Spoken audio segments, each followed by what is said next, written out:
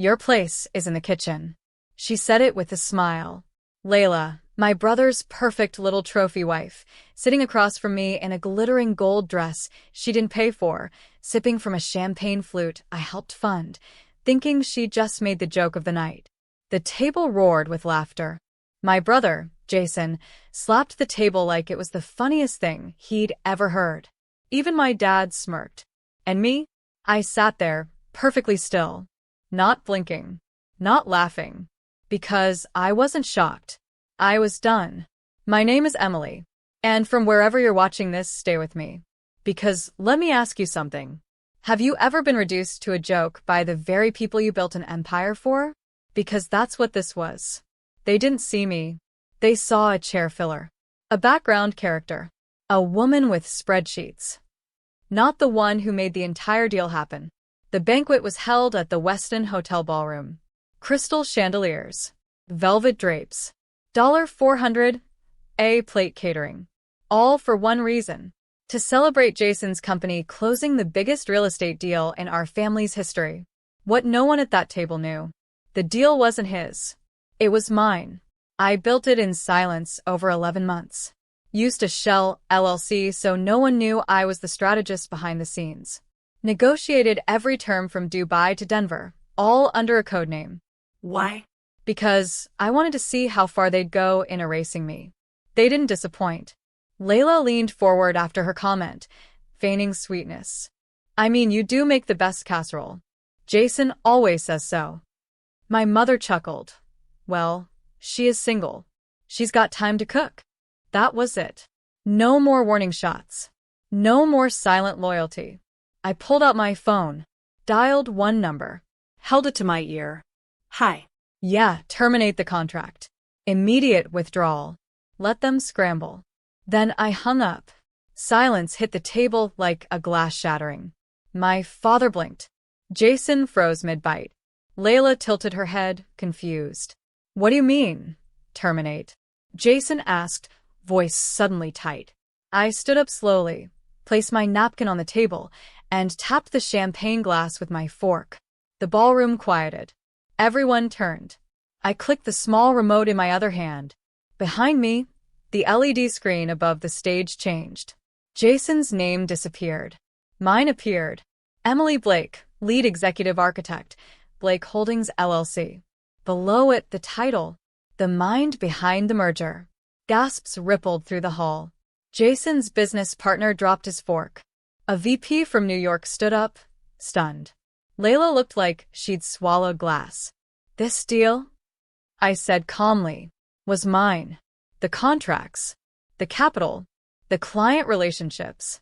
Jason was just the messenger. Then I turned to my brother. And now, thanks to a single phone call, it's gone. I smiled softly. I hope your wife likes kitchens. Because you're about to be cooking your own meals with no deal left to serve. I walked away. Not angry, not hurt, just free. Because when you've carried an empire on your back and they still call you just a woman, you don't fight. You flip the entire table. I didn't even make it out of the hotel lobby before my phone started vibrating like a hive on fire. Jason. Dad. Even Layla, calling from a blocked number. I didn't answer. I didn't need to. Because for the first time in my life, they were feeling something I knew intimately. Panic. The moment I stepped into the car, my assistant, Rachel, turned to me from the driver's seat with a grin. So, that went well. I exhaled slowly and stared out the window. 11 months of strategy unraveled in 11 seconds. Exactly how I planned it. See, this wasn't about just embarrassment. This was about a pattern, one I finally decided to break. For years, I'd been the smart sister, the organized one, the quiet achiever. Translation? The one they could dump tasks on, take credit for, and then shove into the background. My dad always praised Jason at family dinners like I wasn't sitting 2 chairs down with a master's degree and $100 million under management. Jason never once corrected him. And Layla? She loved making those side comments. Emily's great with paperwork. Emily doesn't need the spotlight. Emily's just not built for the front line. Right. Because I wasn't loud. I was lethal. And they never saw it coming. You're probably wondering why now. Why burn it all down at a public gala? Because the final straw wasn't business. It was family. 2 weeks earlier, I overheard my mother on speakerphone while I was dropping off some papers at their house. She was talking to Aunt Denise about the upcoming deal. Jason's finally stepping up. Thank God. We were so worried Emily would try to get involved. She's just not built for leadership. She doesn't understand men's work. I stood there in the hallway, hearing every word. My own mother. So I decided that day, if they think I'm not built for power, then they don't deserve to know when I'm running it. The Blake Holdings deal was structured brilliantly. 3 holding companies, 2 offshore accounts. Every thread led to me. And not once did they think to ask who the real architect was. Jason just showed up to meetings, smiled, repeated my words, and soaked up applause. He didn't know I was recording everything. The calls, the emails, the backdoor commission he was trying to sneak through Layla's fake consulting firm. When he signed the deal's public face to himself, thinking he'd outsmarted me, I let him. Because the real power wasn't in the name. It was in the control. And I had every clause, every exit option, every leverage point in my hands. So when Layla told me to get back to the kitchen, she wasn't just insulting me. She was throwing gasoline on a bonfire she didn't even see. The next morning, the company's board called an emergency session. The merger was gone. Investors pulled out. Stock dipped. And Jason? He wasn't picking up the phone anymore. But the best part? The silence. Because for once, the ones who used to speak over me had nothing left to say. No defense. No spin. Just the haunting realization that the woman they dismissed had dismissed them. And I wasn't even finished. Because every empire leaves a trail. And I was about to show the world exactly who laid the bricks beneath theirs. Jason didn't show up at the office the next day. But Layla did. In designer heels, with oversized sunglasses, like she was starring in a reality show no one had asked for. She walked into Blake Holdings, my company, not his, like she owned it, marched right up to the front desk and demanded to see whoever's in charge of this mess. The receptionist, bless her, barely glanced up before saying, "Sure. Ms. Blake is expecting you." Layla blinked. "Wait. Emily? Emily's in charge. Always has been," my assistant Rachel said, stepping out of the elevator. "You're just very late to the reveal." She followed us in, her confidence visibly cracking. We walked into the executive conference room, the same one Jason once told me wasn't a place for scheduling assistants. I sat at the head of the table. Rachel handed me the file. Layla remained standing, arms folded tight across her designer blouse. "I think there's been some kind of mistake," she said, voice clipped. "Jason was just trying to." I held up a finger. "Jason tried to steal millions in deal commissions by using your fake consultancy to launder payouts from foreign contractors." She froze. So I opened the folder and laid out the evidence. Wire transfers. Email threads. A signed NDA from a developer in Munich who flipped the whole scheme the second we offered immunity. He really thought no one would trace it. But I did. Months ago. She looked like she wanted to scream. "Instead," she whispered, "why didn't you stop it earlier?" "Because I wanted to see how deep it would go." Then I leaned forward, elbows on the table. "And because I wanted everyone to see what happens when people confuse quiet with weak." Later that evening, I got a call from my father. He didn't say hello. He just sighed. "You embarrassed this family, Emily." "No, Dad," I said calmly. "I exposed it." "You didn't have to do it like that." "Didn't I? After all these years of carrying Jason's messes, funding your retirement plan, pretending like your boys' club wasn't suffocating, you think I owe you subtlety?" Silence. "You could have at least warned us. You warned me my whole life that I wasn't built for this. I just finally believed you long enough to flip the script." I hung up, blocked the number, and poured myself a glass of wine. Because the thing about letting others take credit? Eventually they choke on it. The media caught wind within 48 hours. Real deal architect behind Blake Holdings revealed as Emily Blake. Fraud investigation looms over failed merger. CEO's sister steps forward. And my favorite headline of all, the woman in the kitchen? She owned the whole restaurant. Investors flooded in. Clients I hadn't heard from in years suddenly admired my long game. I didn't need their validation, but I took their funding and built something bigger, bolder. With my name on the door this time. Jason? His accounts were frozen pending investigation. Layla filed for divorce within the month. My parents tried to host a family dinner to heal. I sent back their invitation with a sticky note that said, "Kitchens close," because here's what they never taught me. Sometimes revenge isn't rage. Sometimes it's calm. Measured. A slow-turning knife they handed you years ago, and you learned how to sharpen it with every fake smile, every backhanded comment, every know your place. And now, I knew mine. It was never in the kitchen. It was at the head of the table. By week 2, I had taken the bones of the failed merger and stitched together something smarter. Cleaner. Scandal-free. I renamed the venture Blake Capital. Short. Sleek. Powerful. And for once, no one asked who the E stood for. Because now they knew. The best part? The very same investors who once told me I was too academic, too cautious, or my favorite, too emotional to scale aggressively, were now practically begging for a seat at the table. I made them wait 3 weeks, then invited them to the new office launch with a note that read, "Only 1 seat available. Bring humility." Meanwhile, Jason had gone dark. His accounts? Frozen. His business license? Under review. His marriage? Over. Layla filed for divorce citing irreconcilable exposure. It was messy. She tried to pin it all on him, but I had emails from her.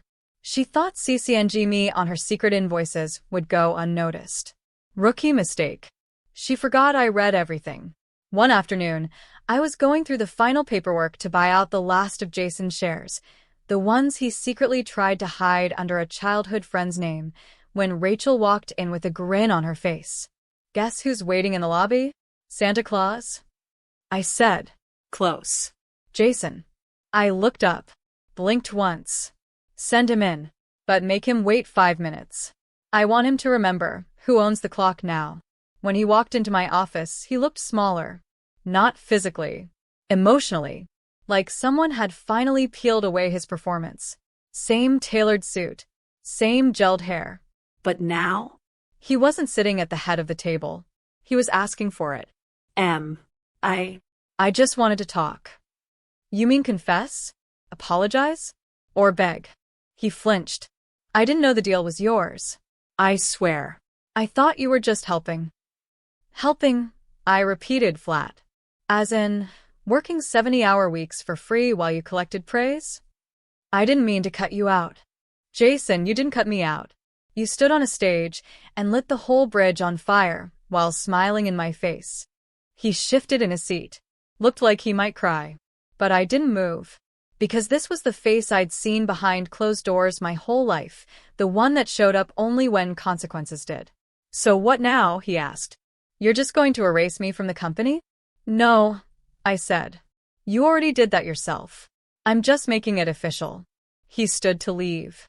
Paused at the door. "Dad's disappointed, you know.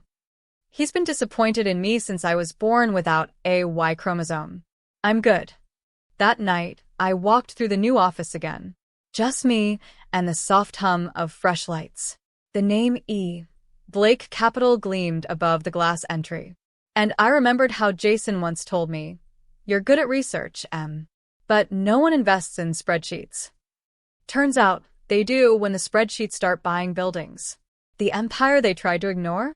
I rebuilt it, smarter, cleaner, stronger. And this time, I didn't need applause. I just needed silence loud enough for them to hear me win. By the end of the quarter, Blake Capital had closed 3 high-profile development projects, 2 of which Jason had previously pitched and failed to secure. Investors loved the rebrand. Media outlets were calling me the silent architect. And I'll admit it, the irony made me smirk. I was the same woman they once called too analytical to lead. Now? I was rewriting their business textbooks in real time. But the real moment, The one I'd been waiting for came when the family's legacy firm, Blake and Sons Holdings, called an emergency board meeting. And guess what? They invited me. Not because they wanted to, because they had to. I showed up 5 minutes early in a navy suit. Clean lines, no jewelry. Let them shine with their fake Rolexes and fading titles. My mother sat stiffly at the far end of the table, like she didn't recognize the woman who used to take notes and refill coffee during these very meetings. Jason was there too, but he wouldn't meet my eyes. He looked like he hadn't slept in days. Their attorney stood up and began. Due to the recent collapse of the Dubai deal and the dissolving partnerships tied to it, we're facing serious insolvency threats. We've asked Ms. Emily Blake here to. Ms. Blake. I cut in. That's funny. Didn't know I earned a title now. Silence. Go on, I said coolly. I'm curious what the people who pushed me out want from me now. Their CFO, the same man who once told me, "Let the boys handle this, sweetheart," cleared his throat. We'd like to propose a temporary merger with Blake Capital, a mutual integration to restore market confidence, and I laughed. Once. Sharp. Everyone turned. You're asking me to save the house that threw me out. And in return, I get what, a seat at the dinner table again? Emily, my father said sternly, this is your family. I locked eyes with him. Exactly. And that's why you never saw this coming. I stood up, opened my briefcase, and slid a folder across the table. Inside, a complete buyout offer. Signed. Funded. Legal. It wasn't a merger. It was a takeover. You have two choices, I said calmly. Take this deal, let your firm survive under my control, or let it rot and go bankrupt within 6 months. Your clients are already eyeing the exits. Jason's hands trembled as he reached for the papers. You're bluffing. I tapped my phone once, and the wall monitor behind me flickered to life. Client exit letters. Lawsuits pending. Withdrawal emails. Live. Timestamped. Verified. I don't bluff. I build. And rebuild. And if I have to, I bury what doesn't evolve. My mother finally spoke. We raised you better than this. I turned slowly to her. No. You raised me to serve. You taught me how to swallow pride and bake it into casseroles while the men feasted on my work. But I raised myself into someone who doesn't flinch anymore. They signed the deal by 5 p.m. I left the boardroom not as a visitor, but as the owner of the very legacy they denied me. Not to spite them, not for glory, but because sometimes the best revenge is giving people exactly what they said you weren't capable of, and doing it better than they ever imagined. 3 weeks after the takeover, I walked through the hallways of Blake and Sons Holdings. Only now it was Blake Holdings, Inc. I dropped the Sons. Not out of pettiness. Out of accuracy. There were no sons left standing. Jason had resigned quietly. Dad had taken an early advisory retirement, which meant I let him keep his office while I rewired every system he thought he understood. And me? I sat where he once told me I'd never belong. At the head of the table, with both the capital and the control. What they didn't know, I never wanted their approval. I wanted their absence, silence, space, and the kind of peace I could finally afford without begging for it. So I made one last move. I took the family house, the one we all grew up in, the one they tried to mortgage against my name without asking, and put it on the market. When my mother called to ask what was happening, I simply replied, "The house is being sold. You can box up your memories, or I'll have movers do it. Emily, you can't just erase where we raised you. You're right. I can't erase it, but I can sell it. I already did." I didn't even flinch, because that house never felt like mine. It was just the place I learned to stay quiet. I moved into a home I bought with my own name, no shared deed, no inherited guilt. Downtown loft. Clean architecture. Sunlight pouring in. A small garden on the balcony, just rosemary, mint, and basil. The smell of growth. Control. Simplicity. No sticky notes on the fridge telling me what I owed. No laughter at my expense at dinner. Just peace. One evening, as I was organizing my books, I came across a small box from my old storage. It had dust, but it hummed with memory. Inside, a note I'd written to myself when I was 19. If they ever make you feel small again, build something so big they have to use your name just to stay standing. I smiled. I had built it. And I didn't just use my name. I turned it into a standard. Then came the phone call I wasn't expecting. Jason. He left a voicemail, broken voice, raw around the edges. Emily, I messed up. I know I did. And I know you don't owe me anything. But I'm sorry. I lost everything. I don't even know who I am without the title, without the noise. But you figured it out. You always did. I was just too busy pretending. I didn't return the call. Not out of cruelty. Out of closure. Some stories need to be told. Others need to end. And this one? It wasn't about revenge anymore. It was about redistribution. Of power. Of voice. Of legacy. The house that raised me taught me obedience. But the house I built, it taught me value. Mine. And for the first time in my life, I didn't feel like someone's assistant. Someone's sister. Someone's afterthought. I felt like someone who walked away from the wreckage and turned it into a throne. The first time I saw my father after the buyout, he was sitting alone at the edge of a charity gala we used to attend together, back when I was the +1 in my own legacy. He didn't notice me at first. He was thinner, quieter, wearing the same old cufflinks he used to boast about. The ones Mom gave him when Blake and Sons hit its first million. Now, he looked like a man clinging to past glitter, while the gold had moved on. I could have walked away, but I didn't. I walked right up, glass in hand, heels echoing through the marble. He looked up slowly. Emily. Dad. A beat passed. Not awkward, just inevitable. Did you really have to change the name? He asked. I didn't smile. I didn't flinch. Yes. Because there are no sons left. And the ones who built the empire were never listed on the front. He sighed, shoulders slumping like he suddenly felt his age. It's strange. You look so much like your mother when she was younger. But you move like no one we ever knew. Maybe because I had to move through everything you pretended wasn't broken. He didn't respond. Back at my table, Rachel leaned in with a quiet smirk. They're calling you the Storm in Heels online. I shook my head. Let them talk. I'm done explaining the thunder. We raised our glasses. I didn't toast to vengeance. Or to victory. I toasted to visibility. Because for years, I did everything right. Paid my dues. Let my name sit quietly behind Jason's success. Cooked the dinners. Covered the bills. Smiled through it all. And for what? To be told my place was in the kitchen? To be erased from deals I designed? To be thanked with sticky notes and sarcasm? No more. The next week, I launched something new. The Blake Initiative.